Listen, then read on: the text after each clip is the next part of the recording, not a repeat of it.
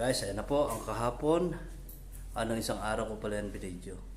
Ngayon yan po, tapos na po ang pangibabaw. Yung mga load namin, RYB po tapos na. Ang kulang na lang po namin ay itong earthing at saka neutral. Ayan po, ito na lang baspar na to at saka itong earthing.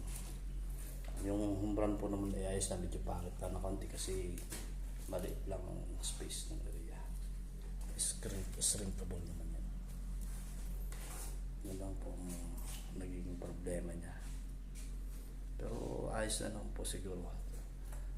Sa mga electrician dyan, comment lang kayo kung anong mas maganda pa dyan.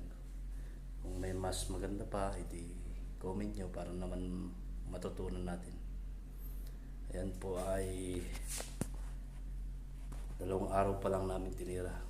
Simula nung isang araw na nag-video ako.